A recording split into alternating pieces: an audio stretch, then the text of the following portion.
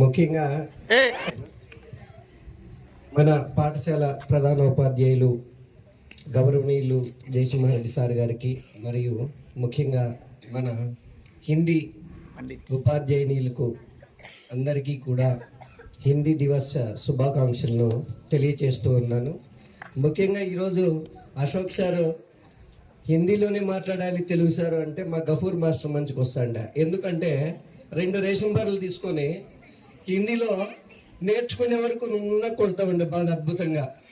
అయితే హిందీ దినోత్సవం సందర్భంగా గఫూర్ మాస్టర్ మాకు హిందీ బోధించినటువంటి అధ్యాపకుల్ని గుర్తుకు చేసుకునేటటువంటి అవకాశాన్ని నాకు ఇచ్చినందుకు మనస్ఫూర్తిగా కృతజ్ఞతాభివందనాలు. అయితే